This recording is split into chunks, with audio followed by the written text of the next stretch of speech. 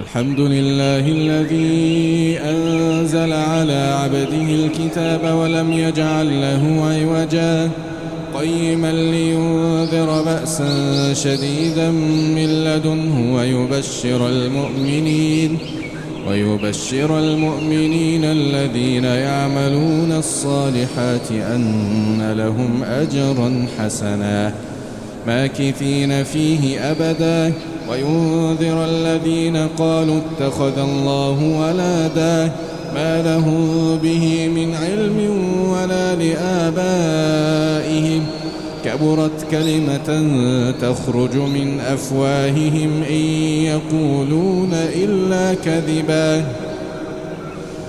فلعلك باخع نفسك على آثارهم إن لم يؤمنوا بهذا الحديث أسفا إنا جعلنا ما على الأرض زينة لها لنبلوهم أيهم أحسن عملا وإنا لجاعلون ما عليها صعيدا جرزا أم حسبت أن أصحاب الكهف والرقيم كانوا من آياتنا عجبا إذ أوى الفتية إلى الكهف فقالوا ربنا آتنا من لدنك رحمة وهيئ لنا من أمرنا رشدا فضربنا على آذانهم في الكهف سنين عددا ثم بعثناهم لنعلم أي الحزبين أحصى لما لبثوا أمدا نحن نقص عليك نبأهم بالحق إنهم فتية آمنوا بربهم وزدناهم هدى وربطنا على قلوبهم إذ قاموا فقالوا ربنا رب السماوات والأرض لن ندعو من دونه إلها لقد قلنا إذا شططا هؤلاء قوم اتخذوا من دونه آلهة لولا يأتون عليهم بسلطان بين فمن أظلم ممن افترى على الله كذبا وإذ اعتزلتموهم وما يعبدون إلا الله فأووا إلى الكهف ينشر لكم ربكم من رحمته ويهيئ لكم من أمركم مرفقا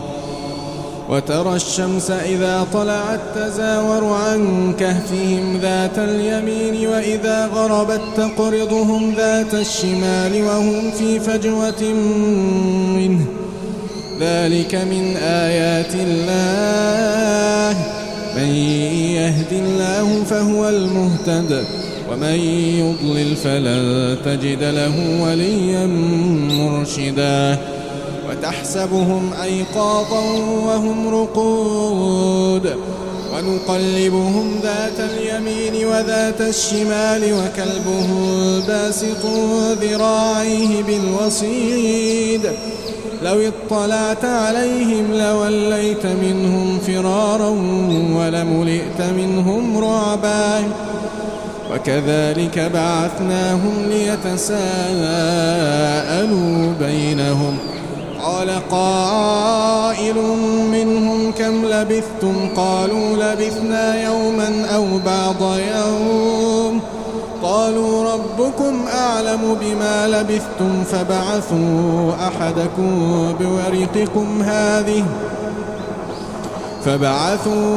أحدكم بورقكم هذه إلى المدينة فلينظر أيها أزكى طعاما فليأتكم برزق منه وليتلطف ولا يشعرن بكم أحدا إنهم إن يظهروا عليكم يرجموكم أو يعيدوكم في ملتهم ولن تفلحوا إذا أبدا. وكذلك كذلك أعثرنا عليهم ليعلموا أن وعد الله حق وأن الساعة لا ريب فيها إذ يتنازعون بينهم أمرهم فقالوا بنوا عليهم بنيانا ربهم أعلم بهم قال الذين غلبوا على أمرهم لنتخذن عليهم مسجدا سيقولون ثلاثة رابعهم كلبهم ويقولون خمسة سادسهم كلبهم رجما بالغيب ويقولون سبعة وثامنهم كلبهم قل ربي أعلم بعدتهم ما يعلمهم إلا قليل فلا تمار فيهم إلا مراء ظاهرا ولا تستفت فيهم منهم أحدا ولا تقولن لشيء إني فاعل ذلك غدا إلا أن يشاء الله واذكر ربك إذا نسيت وقل عسى أن يهديني ربي لأقرب من هذا رشدا ولبثوا في كهفهم 300 سنين وازدادوا 9 قل الله أعلم بما لبثوا له غيب السماوات والأرض أبصر به وأسمع ما لهم من دونه من ولي ولا يشرك في حكمه أحدا واتل ما أوحي إليك من كتاب ربك لا مبدل لكلماته ولن تجد من دونه ملتحدا واصبر نفسك مع الذين يدعون ربهم بالغداة والعشي يريدون وجهه ولا تعد عيناك عنهم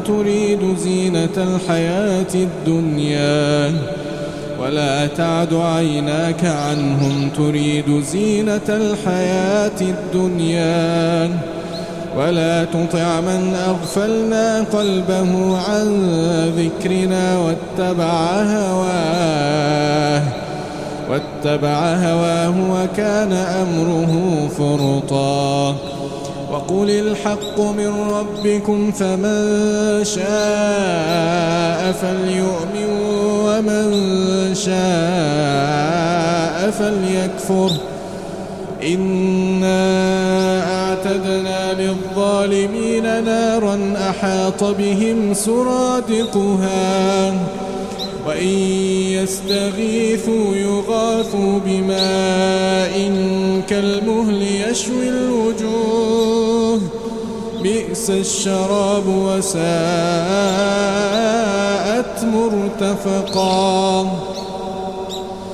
إن الذين آمنوا وعملوا الصالحات إنا لا نضيع أجر من أحسن عملا أولئك لهم جنات عدن تجري من تحتهم الأنهار يحلون فيها من أساور من ذهب ويلبسون ثيابا خضرا من سندس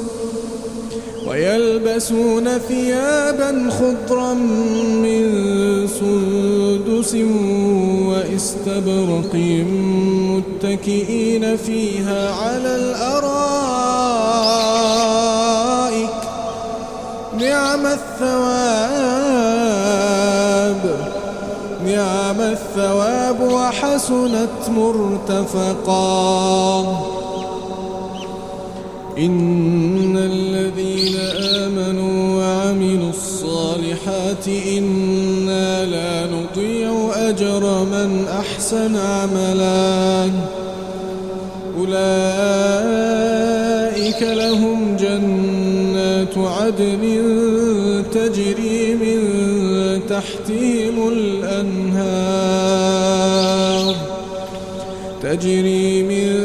تحتهم الأنهار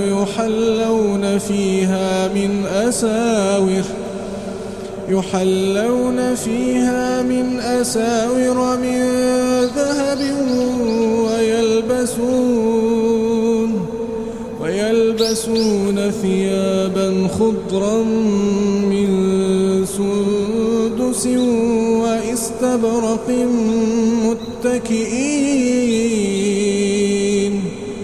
متكئين فيها على الأرائك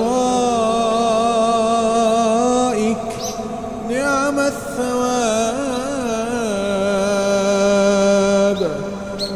الثواب وحسنت مرتفقا. واضرب لهم مثل الرجلين جعلنا لأحدهما جنتين من أعناب وحففناهما بنخل وجعلنا بينهما زرعا. واضرب لهم مثل الرجلين جعلنا لأحدهما جنتين من أعناب وحففناهما بنخل وجعلنا بينهما زرعا. كلتا الجنتين آتت أكلها ولم تظلم منه شيئا وفجرنا خلالهما نهرا. وكان له ثمر فقال لصاحبه وهو يحاوره أنا أكثر منك مالا وأعز نفرا. ودخل جنته وهو ظالم لنفسه قال ما أظن أن تبيد هذه أبدا وما أظن الساعة قائمة ولئن رددت إلى ربي لأجدن خيرا منها منقلبا. قال له صاحبه وهو يحاوره أكفرت بالذي خلقك من تراب ثم من نطفة ثم سواك رجلا لكن هو الله ربي ولا أشرك بربي أحدا. ولولا إذ دخلت جنتك قلت ما شاء الله لا قوة إلا بالله إن ترني أنا أقل منك مالا وولدا فعسى ربي أن يؤتيني خيرا من جنتك ويرسل عليها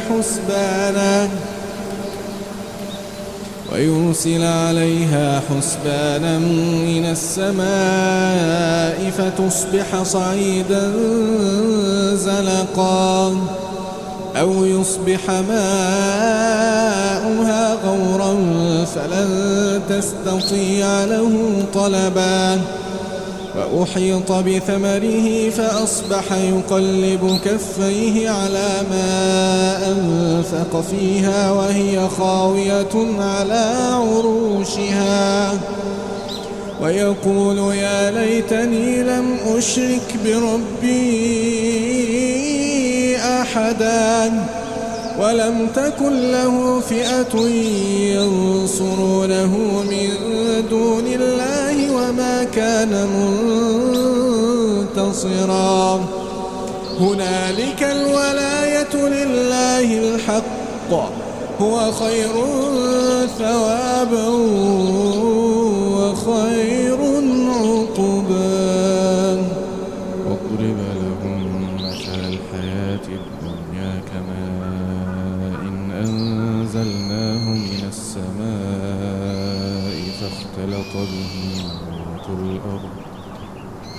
فاختلط به نبات الأرض فأصبح هشيما تذروه الرياح وكان الله على كل شيء مقتدرا. المال والبنون زينة الحياة الدنيا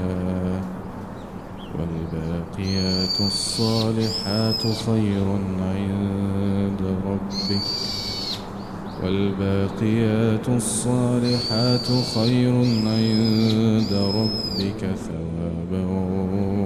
وخير أملا. المال والبنون زينة الحياة الدنيا والباقيات الصالحات خير عند ربك ثوابا وخير أملا. ويوم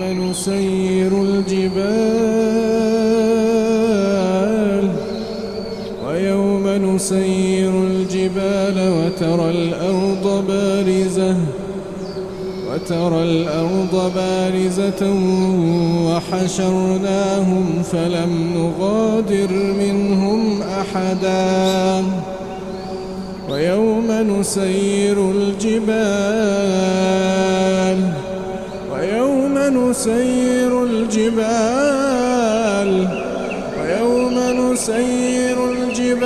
وترى الأرض بارزة وحشرناهم فلم نغادر منهم أحدا.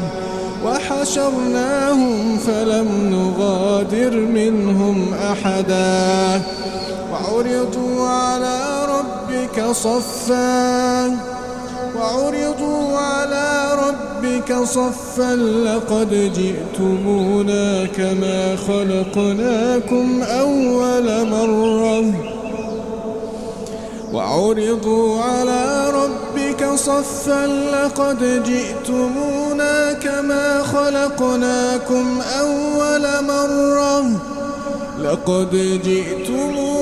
كما خلقناكم أول مرة. بل زعمتم أن لن نجعل لكم موعدا. ووضع الكتاب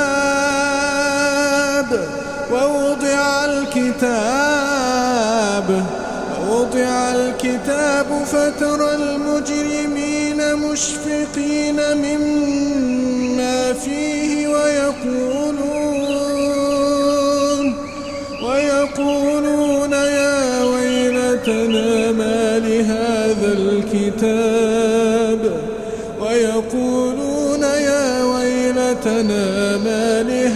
الكتاب لا يغادر صغيرة. ووضع الكتاب فترى المجرمين مشفقين مما فيه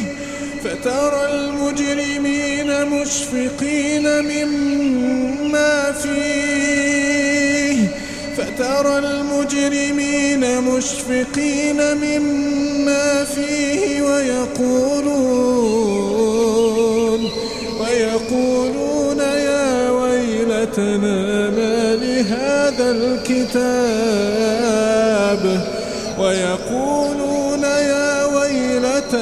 ما لهذا الكتاب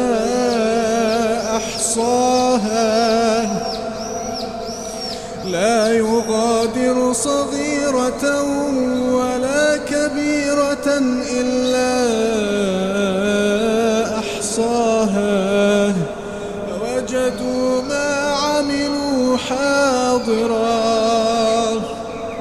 ووجدوا ما عملوا حاضرا.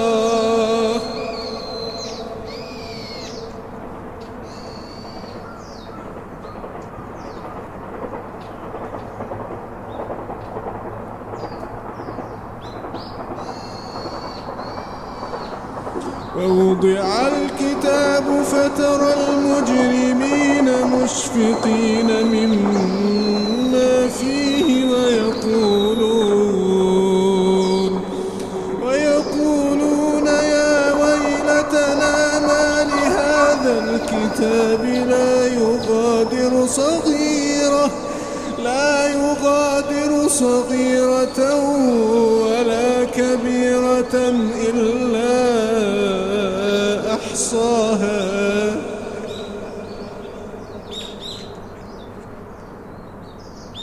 ووجدوا ما عملوا حاضرا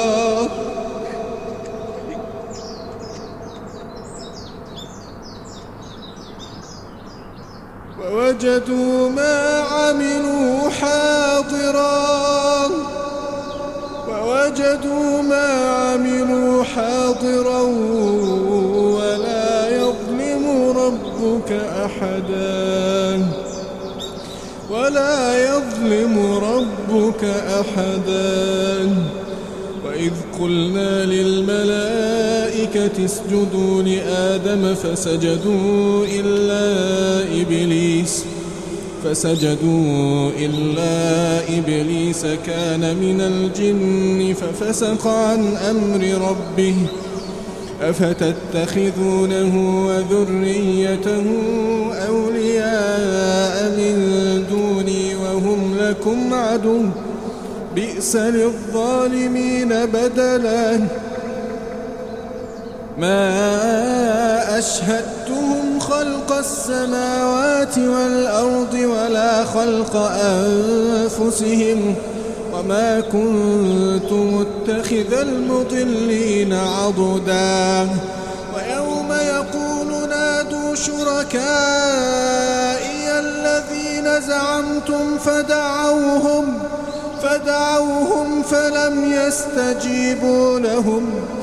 فدعوهم فلم يستجيبوا لهم وجعلنا بينهم موبقا ورأى المجرمون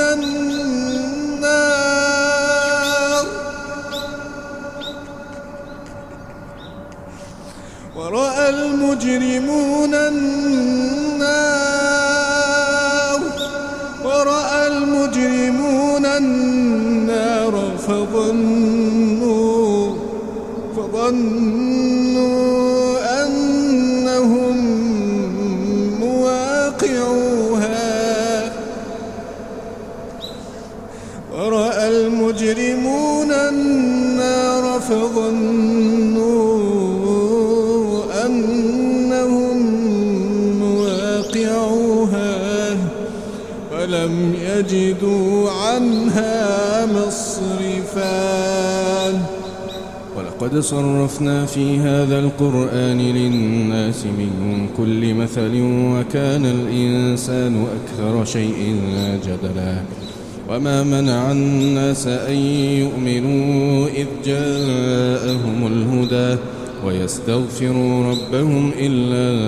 أن تأتيهم سنة الأولين أو يأتيهم العذاب قبلا وما نرسل المرسلين إلا مبشرين ومنذرين ويجادل الذين كفروا بالباطل ليدحضوا به الحق واتخذوا آياتي وما أنذروا هزوا ومن أظلم ممن ذكر بآيات ربه فأعرض عنها ونسي ما قدمت يداه إنا جعلنا على قلوبهم أكنة أن يفقهوه وفي آذانهم وقرا وإن تدعوهم إلى الهدى فلن يهتدوا إذن أبدا وربك الغفور ذو الرحمة لو يؤاخذهم بما كسبوا لعجل لهم العذاب بل لهم موعد لن يجدوا من دونه موئلا وتلك القرى أهلكناهم لما ظلموا وجعلنا لمهلكهم موعدا وإذ قال موسى لفتاه لا أبرح حتى أبلغ مجمع البحرين أو أمضي حقبا فلما بلغا مجمع بينهما نسيا حوتهما فاتخذ سبيله في البحر سربا فلما جاوزا قال لفتاه آتنا غداءنا لقد لقينا من سفرنا هذا نصبا قال أرأيت إذ أوينا إلى الصخرة فإني نسيت الحوت وما أنسانيه إلا الشيطان أن أذكره واتخذ سبيله في البحر عجبا قال ذلك ما كنا نبغي فارتدا على آثارهما قصصا فوجدا عبدا من عبادنا آتيناه رحمة من عندنا وعلمناه من لدنا علما قال له موسى هل أتبعك على أن تعلمني مما علمت رشدا قال إنك لن تستطيع معي صبرا وكيف تصبر على ما لم تحط به خبرا قال ستجدني إن شاء الله صابرا ولا أعصي لك أمرا قال فإن اتبعتني فلا تسألني عن شيء حتى أحدث لك منه ذكرا فانطلقا حتى إذا ركبا في السفينة خرقها قال أخرقتها لتغرق أهلها لقد جئت شيئا إمرا قال ألم أقل إنك لن تستطيع معي صبرا قال لا تؤاخذني بما نسيت ولا ترهقني من أمري عسرا فانطلقا حتى إذا لقيا غلاما فقتله قال أقتلت نفسا زكية بغير نفس لقد جئت شيئا نكرا قال ألم أقل لك إنك لن تستطيع معي صبرا قال إن سألتك عن شيء بعدها فلا تصاحبني قد بلغت من لدني عذرا فانطلقا حتى إذا أتيا أهل قرية استطعما أهلها فأبوا أن يضيفوهما فوجدا فيها جدارا يريد أن ينقض فأقامه قال لو شئت لاتخذت عليه أجرا قال هذا فراق بيني وبينك سأنبئك بتأويل ما لم تستطع عليه صبرا أما السفينة فكانت لمساكين يعملون في البحر فأردت أن أعيبها وكان وراءهم ملك يأخذ كل سفينة غصبا وأما الغلام فكان أبواه مؤمنين فخشينا أن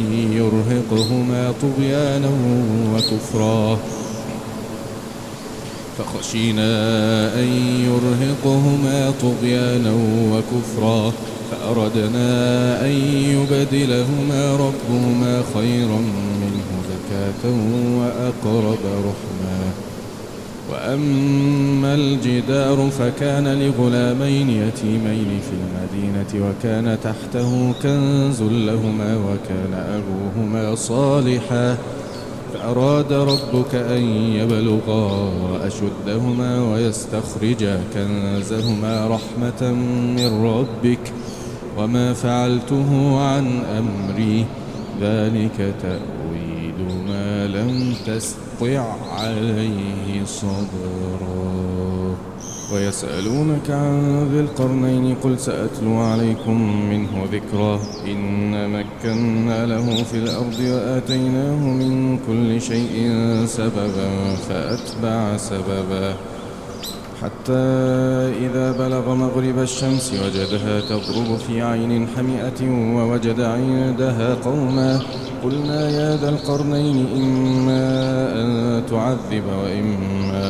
أن تتخذ فيهم حسنا قال أما من ظلم فسوف نعذبه ثم يرد إلى ربه فيعذبه عذابا نكرا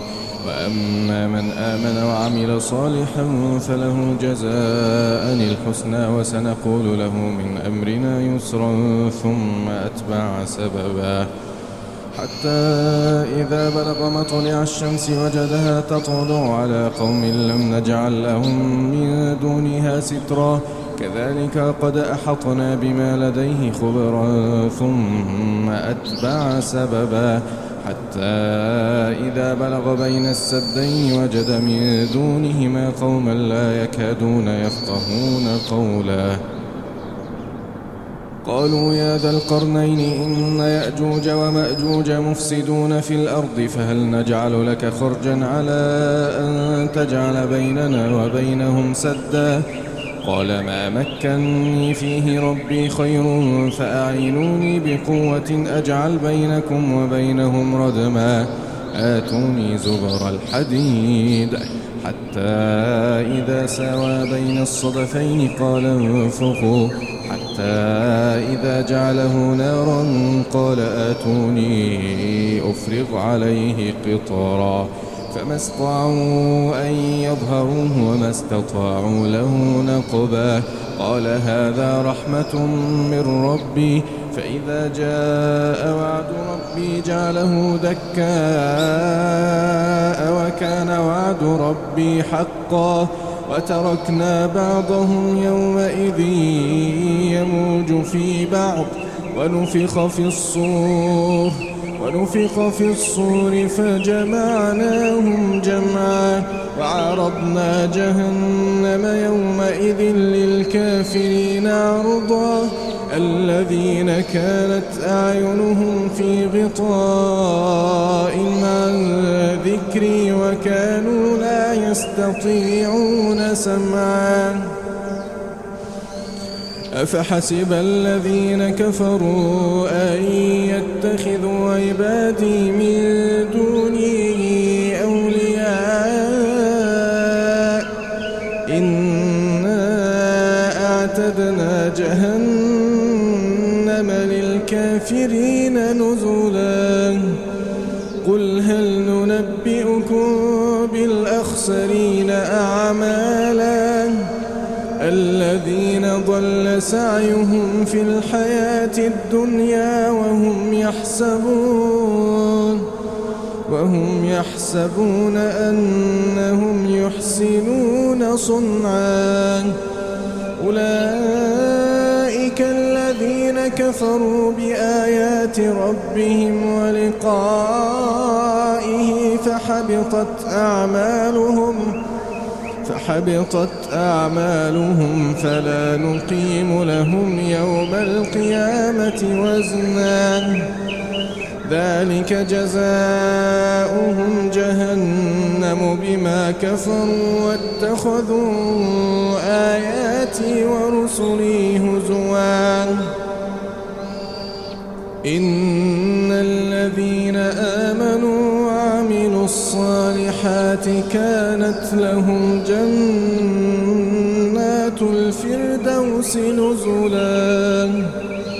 خالدين فيها لا يبغون عنها حولا قل لو كان البحر مدادا لكلمات ربي لنفد البحر قبل أن تنفد كلمات ربي ولو جئنا بمثله مددا قل إنما أنا بشر مثلكم يوحى إلي أنما إلهكم إله